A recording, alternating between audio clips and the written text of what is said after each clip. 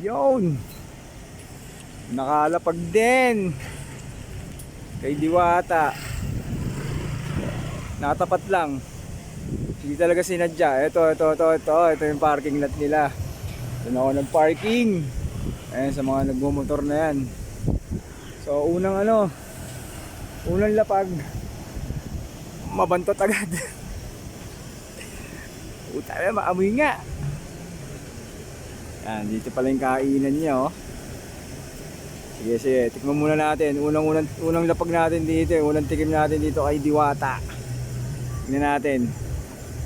Pipila muna tayo. Dami pa rin tao eh, oh.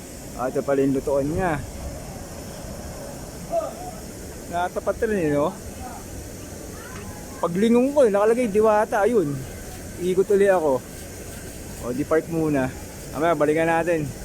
So talagang may amuyo nga rito. Okay, ito na in-order natin na yan. Overload. Soft drinks. So only soup siya, tsaka only rice. Siyempre soft drinks, hindi naman only yan.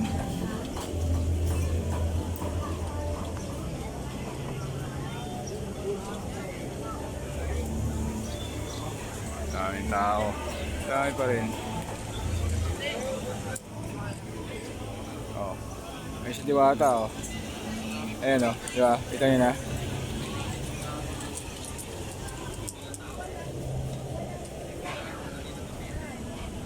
Messi lang talaga yung lapag rito. Oh.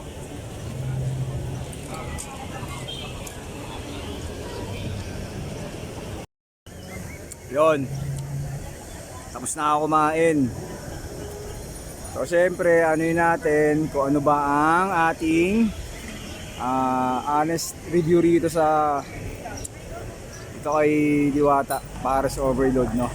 So sa kinain ko sa Paris Overload, no. Ito talaga yung sa akin, unang-unang lapag ko rito, Talagang yung sa pagkain wala tayong pag-uusapan. Sa Overload yung in-order ko 100 only rice, only soup.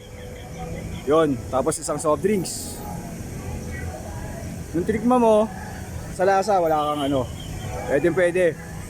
Pwede talaga yung lasa niya, tsaka yung baboy niya. Crunchy pa yung balat. Siguro dahil bawang luto rin, pero malambot naman. Sarap. Maano siya, juicy pa, yung ganun. Pero kung talagang ito lang sa akin, no? Kung talagang maselan ka, hindi ka obra dito. Kasi ang ayaw mo rito yung pwesto. May amoy talaga. Maamoy. Eh ako hindi ako maselan, pero nagmamadali pa rin ako kumain. Hindi na nga ako umulit ng rice eh. Kasi nga alam mo pati yung lapad. Totoo nga sa ibang video, no? Kasi bato-bato nga kita nyo naman. Siyempre, pag masyado kang maselan, wala. Hindi ka yung tipong mag-i-stay ka, enjoy mo yung pagkain mo, hindi. Mag-i-stay ka, mamadali mo yung pagkain mo dito, ganun ang mangyayari sa'yo, no? Sa iba kasi nag-focus sa lasa sa akin sa lasa walang problema. Pero kung maselan ka sa lugar, hindi ka pa pwede rito.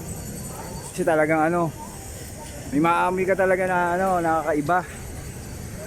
Yan, syempre nag-uulan pa, seaside pa, di ba? Seaside malapit hangin, syempre yung hangin, di nawawala. Tsaka yung alam mo na natatapon yung mga sabaw-sabaw, kasi may mga dumi-dumi na ng iba. Yan, yun lang. Kaya yun, pag maselang ka, hindi ka pwede rito sa lugar, Sa pagkain, okay siya.